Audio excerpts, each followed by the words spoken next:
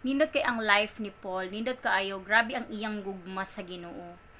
Diha nimo makita ang iyang gugma bisan naa siya sa mga sitwasyon nga dili basta-basta, pero go lang siya. Ning go lang gid siya kay naa siya dakong pagtuo sa Ginoo.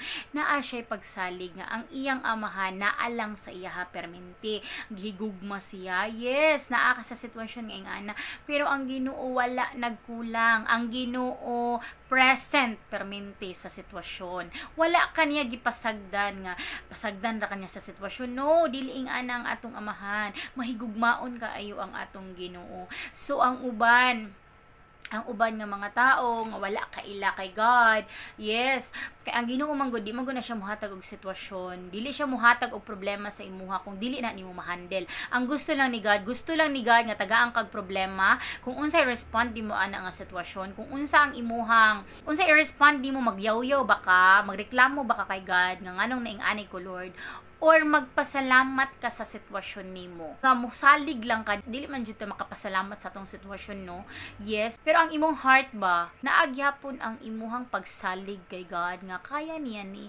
Yes, naa ko ani sa ingani nga sitwasyon, pero kaya ko luwason sa akong amahan. Train lang ko ni God para maging strong ko, para ang akong foundation strong. Dili yung basta-basta lang siya paras anang balay nga wala natarong ang foundation, ibig sabihin matumpag dayon, di ba? Dili maayos ang paglubong sa yuta, baka na magganon dayon pag may mga hangin. So parihara na sa tong kinabuhi. Mao nang gusto ni God nga i-strong kanya sa mga struggles in life. Mao nay makapastrong sa imuhang pagtuo kay God, sa imuhang relasyon sa Ginoo.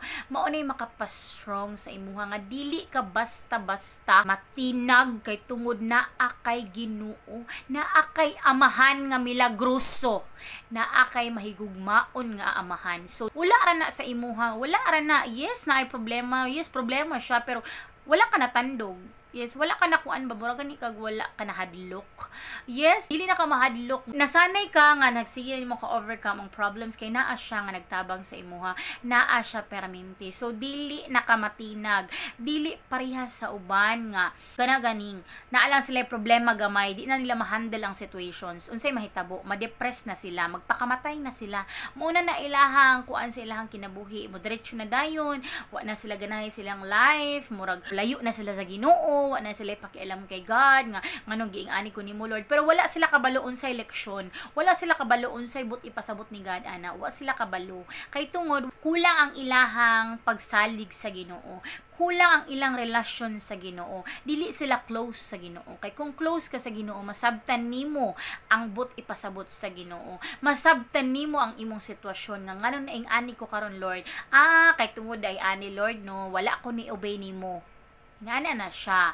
Kung naa ka sa sitwasyon nga di basta-basta, kung naigingon sa Ginoo sa imo nya wa nimo gituman, wala ka ni obey, naagi buhaton ang Ginoo sa imo ana. So kung naay gipabuhat sa Ginoo sa imo, buhaton day nimo. Yes, bisan pag ibuhat na nimo ang gipabuhat ni God, pero naagya pa ng mga struggles in life kay mao gani na siya no ang way ni God to mold you to be strong, nga maging strong ka sa tanang sitwasyon. Kay gusto sa Ginoo nga strong ang iyang anak. Mao na gusto ni God. Gusto ni God nga strong ka sa tanang sitwasyon, sa storms nga maagian nimo, makita sa Ginoo nga ang akong anak strong na kaayo, di na siya basta-basta mapalid sa hangin, di na siya basta-basta mapalid sa hangin nga maluya dayon ka, gamay nga problema, maluya dayon ka, mura na kag mawad-ag pag-asa, ayaw pagingana. Kay naama kay Ginoo, ampo ka sa Ginoo. Kay ang atong amahan milagroso. Mao nay ginatuon sa tuwa ni God ba, ginapa-remind niya sa tuang dili ta mabalaka dayon. For example, na ay mga sitwasyon nga problema, na maging mga problems in life, kailangan unahon day nimo ang Ginoo. Unahon day nimo pakipag-istorya ang Ginoo na Lord, unsay bot ipasabot nimo ani nga sitwasyon. Ana, dili kay moduol kag bisan asa, unsa pa imuhang ipasolve ana. Kinalasan sa Ginoo ra gyapon ka moduol. So mas okay pa og didto na diretso ka kay God. Makipag-istorya na dayon ka kay God. Ayun na pag duol-duol og bisan asa pa kay malangay ka. Malangay ang sitwasyon. Malangay ka sa pag-solve sa problema kay tungod wala ka ni adto sa problem solver. Wala ka nangayo og tabang sa problem solver. Gihatag na ni God sa imong nga problema kay siya ang mo-solve ana. Naa ka sa sitwasyon nga ing ana, gusto ni God ikaw ug siya lang ang naa. Di siya gusto mahaluan og laing tao. Yes, gusto ni God nga ikaw lang ug ang Ginoo. Ikaw ug ang Ginoo. Mao na iyang gusto kay para pag ma-solve na nga problema, kabalo ka nga ang Ginoo lang nakasolve ana, wala na laing tao nakasolve ana. All glory belongs to God. Ang gusto ni God nga makita nimo, ma-realize nimo nga siya ang ni-solve ana, dili ang ubang tao. Ang Ginoo lang, ang imong amahan lang ang ni-solve. Kay di ba ang uban may nga nakatabang magud si ano sa kuha, mao ning ani. Pero wala ka kabalo nga ang Ginoo ang nigamit ana nga mga tao. So gusto ni God naa ka sa nga nga sitwasyon nga feel mo walay pag-asa, focus ka kay God kay gusto ni God nga kamo siya og ikaw lang ang naa. So kung ma-solve na nga problema, makaingon gud ka nga ikaw gud ang nag-solve ani Lord. Hallelujah. Dalaygon ang Dios sa tanang panahon. Ing ana ang Ginoo.